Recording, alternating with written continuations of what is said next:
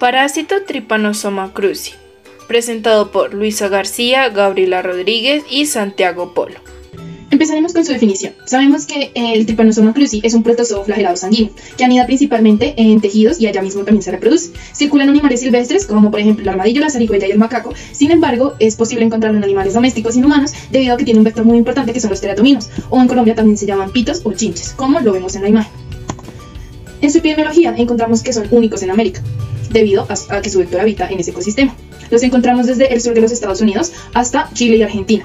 En Colombia los encontramos en los siguientes departamentos, lo que es Arauca, Boyacá, Casanare, Santander, Cundinamarca y norte de Santander.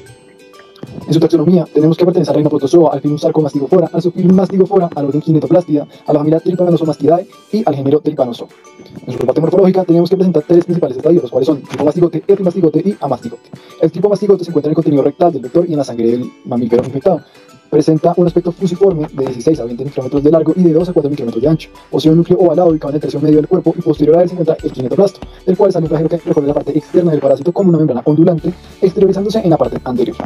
Por otro lado tenemos el epimastigote, la cual es la forma de multiplicación en el intestino del vector. Son alargados y miden de 10 a 15 micrómetros de largo y de 1 a 3 micrómetros de ancho. Son un ovalado y por delante de él se encuentra el kinetoplasto, del cual sale un flagelo con una corta membrana ondulante que pronto se hace libre con un extremo anterior.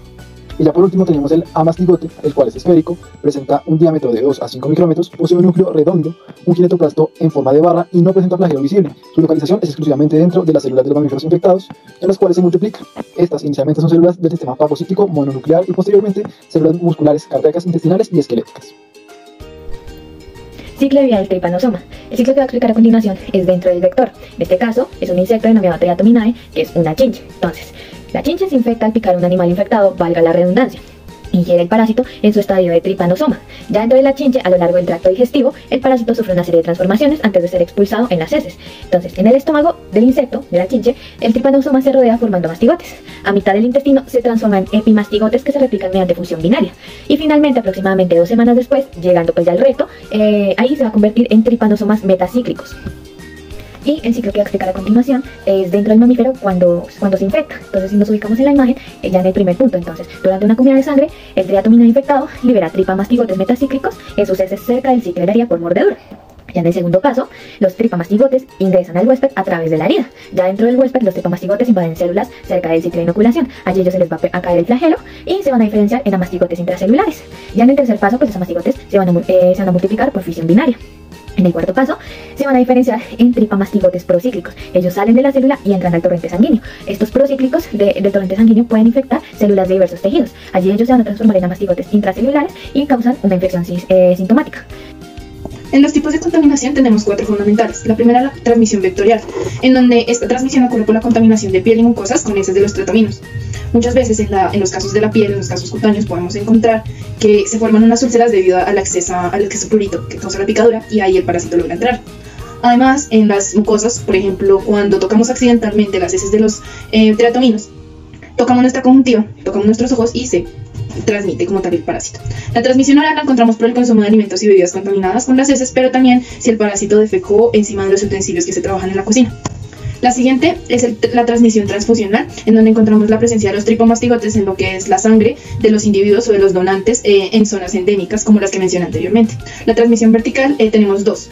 Una que se puede realizar por el paso del parásito mediante la placenta de la madre al feto, pero también cuando en sitios médicos no se realiza o no se tiene una correcta limpieza de los utensilios, y también se puede propagar por agujas o cuchillas particularmente. Posterior tenemos la enfermedad del Chagas, que es la que se produce por el Trypanosoma cruzi, o también es llamada tripanosomiasis americana. Esta enfermedad es una enfermedad parasitaria hística que viene proveniente del tejido y hemática de la sangre, y pues tiene una alta importancia epidemiológica. La siguiente es la fase clínica de la enfermedad, en donde tenemos 2 tipos, la fase aguda y la fase crónica. La fase aguda se da entre 7 y 14 días, tiene un periodo de incubación, es de fácil detección debido a sus síntomas y tiene un periodo febril, que es el aumento excesivo de la temperatura que me causa una acción inflamatoria. La fase crónica la tenemos entre los días vistos en la diapositiva con una difícil detección. Tenemos 3 formas en esta fase. La forma indeterminada, que como tal ocurre en el 70% de los casos y el paciente resulta dar positivo para la prueba serológica, pero no manifiesta signos clínicos. En la forma cardíaca tenemos que afecta principalmente las válvulas del corazón, produciendo lo que son las arritmias y el tromboembolismo. Y la forma digestiva no es frecuente en Colombia, sin embargo en otros países afecta las vísceras huecas como lo que es el esófago, el estómago y el colon. Luego de esto tenemos el diagnóstico, como lo podemos ver en la diapositiva. Entonces tenemos dos tipos dos métodos, el directo y el indirecto. En los directos encontramos la detección de los tripanosomas, en donde es el método más económico y aquí se detecta la motilidad del parásito como tal. Y también es ideal que se tome cuando el paciente está en una temporada febril, como les mencioné. La segunda es la gota gruesa o el extendido, en donde se busca las características morfológicas del parásito mismo, y también se suele utilizar cuando en las zonas endémicas se sospecha de malaria. Ya en las zonas como tal, en los métodos indirectos encontramos tres, que son principalmente el senodiagnóstico, en donde acá se busca que el triatomino sirva como reproductor, y luego de esto se busca en el individuo epimastigotes y tripomastigotes metacíclicos en lo que es el intestino.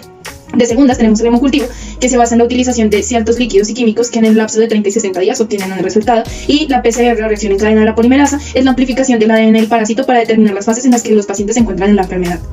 Como tratamiento tenemos los medicamentos con acción tripanomicida.